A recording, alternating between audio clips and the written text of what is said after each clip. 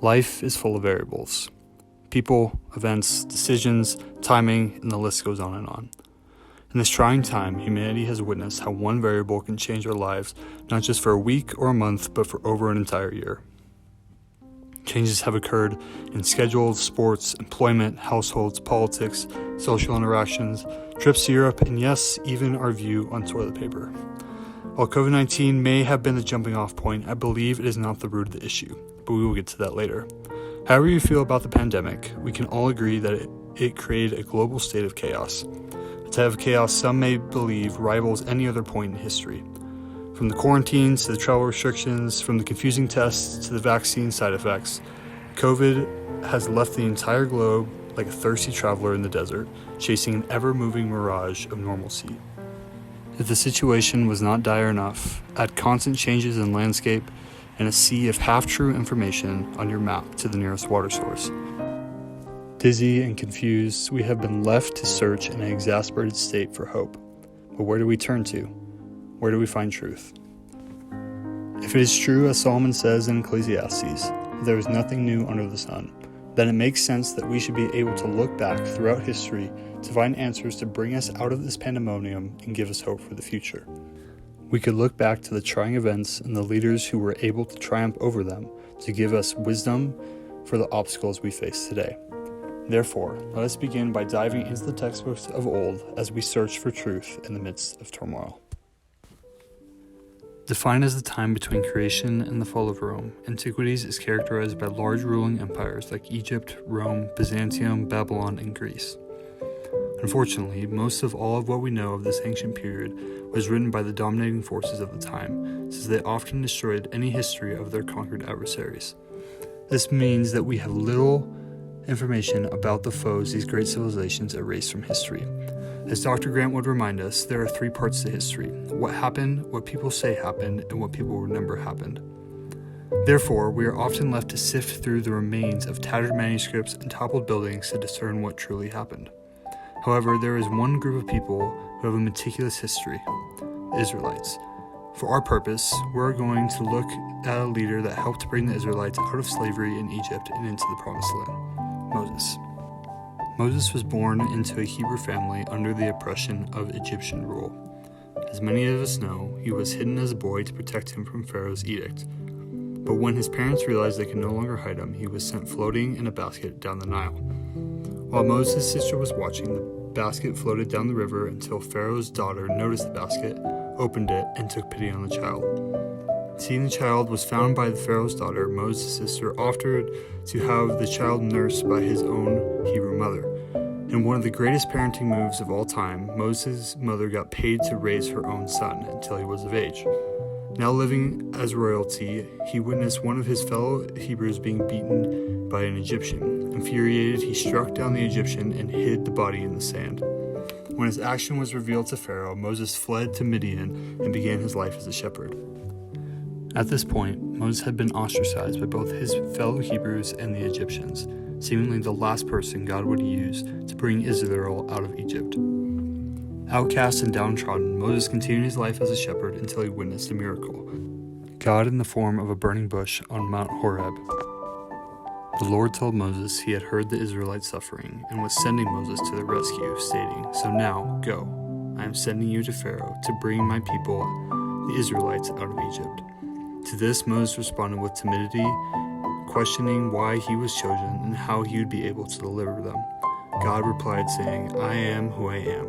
This is what you are to say to the Israelites: I am has sent me to you." Moses persisted with his inadequacies time and time again, but I am would come back and tell him, "Moses, with me you are enough." Today we face very similar circumstances, where we may feel ostracized and unequipped.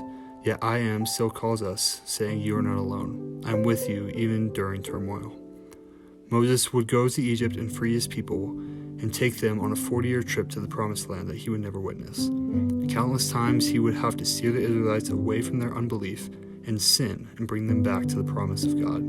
While Moses' story begins with fear and doubt, we can remember him as a great leader for his conviction to faith in the great I Am. Known by the more common name of the Dark Ages, Christendom was anything but. It was a time of great inventors like René Descartes and Leonardo da Vinci, artists like Michelangelo and Raphael, and leaders like Constantine the Great and Richard the Lionhearted. Although there were many great leaders in Christendom, we are going to dive into the life and ministry of the Alexandrian theologian Athanasius. Alexandria was home to some of the greatest minds of the 3rd and 4th century due to its vast library. The vision for the library was given by Alexander the Great, who wanted to assemble all the books across the world into one location. While there was much knowledge in the city, Athanasius had to constantly fight against the heresy of these thinkers. One such theologian was the protege of Athanasius named Arius. A passionate orator, brilliant inventor, and popular social figure, Arius was able to convince a majority of the Christians at that time that Christ was not part of the Godhead, that he, indeed, was created by God and therefore less than him. Arius believed that Jesus was homoousios, or of the same substance as God, but not divine himself. As a champion of orthodoxy, Athanasius spoke out against this false belief that so many Christians had taken to. His relentless conviction earned him the name Contra Mundum, or against the world. Athanasius recognized the difference between almost but not quite and almost but not yet. The devil loves to live in the area of half-truths, facts or ideas that might seem right, but have fatal flaws, or the almost but not quite. Instead, as a Christian, we are called to live in the almost but not yet, a place where we strive daily for truth, where we know we are flawed as people, and we collectively as a church are imperfect.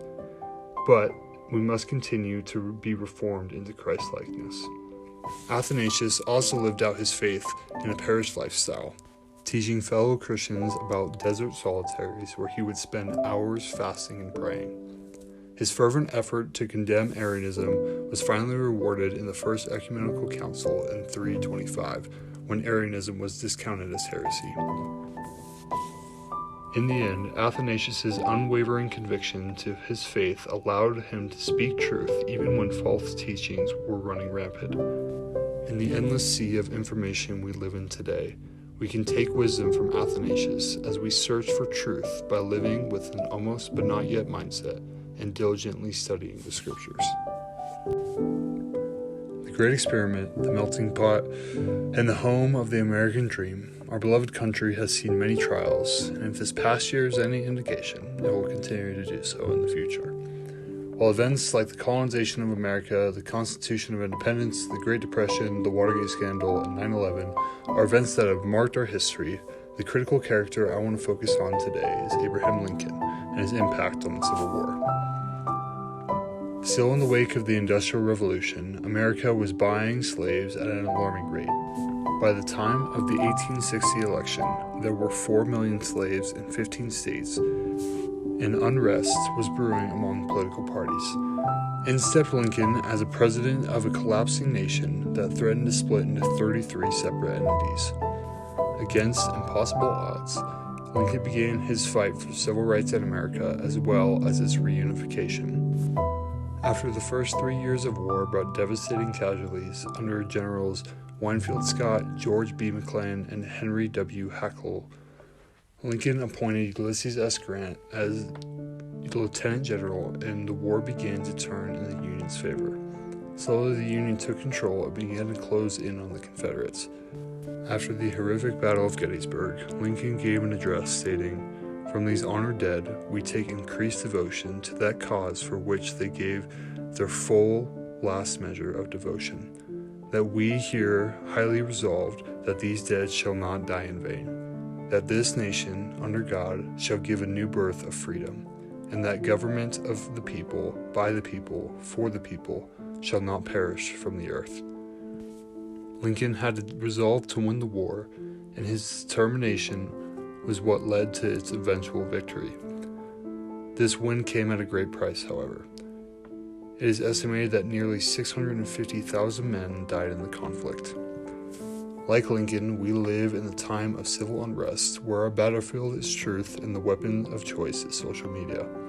We can learn from Lincoln that the price of such truth is high, but if we are willing to fight for it, we can change the world for generations to come. The time period defined by world wars, technological advancements, and the rise of the internet, modernity spans the couple hundred years between the mid-17th century and modern day. It includes both the Industrial Revolution that forever redefined the manufacturing of highly efficient machines and the boom of the information era. However, many of these advancements were sparked by the desire to achieve the upper hand on the battlefield. This can be seen through the new machines of war used in World War I. The global conflict saw the first use of submarines, tanks, poisonous gas, and air support, among other inventions. While temporary peace was brought to the globe with Wilson's 14 points, it was not long before Nazi Germany reignited the fire of war with the radical teaching of Adolf Hitler. As Hitler began his expansion of Germany into their neighboring territories, it seemed as though the German leader would continue his unhindered reign until he was met by the English Prime Minister, Winston Churchill. While many in Britain refused to enter the war after the devastation that occurred in World War I, Churchill saw the inevitability of England's encounter with Germany. After being appointed as Prime Minister in May of 1940, Churchill gave his first speech to the House of Commons, saying, "I have nothing to offer but blood, toil, tears, and sweat." As a historian, strategist, and former member of the army, Churchill began his tireless effort to overcome the Nazi Party. He gave arousing speeches to the people of Britain, moving them to join the movement. Even after the surrender of France and Belgium, he continued to empower the nation of Britain, saying, "We shall not flag or fail. We shall go to the end. We shall defend our island, whatever the cost may be. We shall never surrender." It was his unwavering tenacity, despite countless setbacks, that earned him the name of the English Bulldog. As many historians have asserted, if it were not for Churchill's determination, the free world would look different today. For us, Churchill is a symbol of resilience against insurmountable odds. His relentless conviction to confront evil in its various forms should inspire us to do the same today. As we can see, history is filled with great leaders overcoming obstacles. And if we are wise enough to look to the past, we can learn from their mistakes and failures. Upon reflecting on these great leaders, there are some clear takeaways for our present circumstances. When facing turmoil, we must remember who God is, pursue truth relentlessly, and fight tenaciously despite setbacks. But these lessons are worthless if they are not applied to the root of our problem as a nation. This pandemic has revealed a phenomenon that has infected the minds of millions: fear. Fear for job security, our health, the health of our family members, fear that we're not enough, fear that our world is hopeless, fear that if there was a God, He would not allow such an awful thing as the coronavirus pandemic to spread across our world. Before the pandemic, we may have felt in control, that our jobs and our families weren't going anywhere, that we had our lives together enough to make it past the social media check and tell everyone that we were alright. But what we have failed to realize, myself included, is that control outside of God's providence is an illusion. As Dr. Grant would say, ideas have consequences, and the allure of control is no different. For me, COVID ripped things I couldn't control out of my hands. When I finally gave in and said, "God, take over," was when I went back to the scriptures and remembered who God called me. Independent of my failures and achievements, the God of the universe called me fearfully and wonderfully made. He called me loved, and He called me accepted. But this truth would be wasted on me if it was not applied. I then had to take that truth and pursue it relentlessly when obstacles arose. In this way, as we sift through the problems of our present age, we can be convinced of God's providence in the past, which gives us hope for the future. Our hope can be summed up in the words of Paul. "No, in all these things we are more than conquerors through Him who loved us, for I am convinced that neither death nor life, neither angels nor demons, neither the present nor the future, nor any power, neither height nor depth, nor anything else in all of creation will be able to separate us from the love of God that is in our Lord Jesus Christ." Now affirmed in God's prevailing power, let us confront our current turmoil with truth.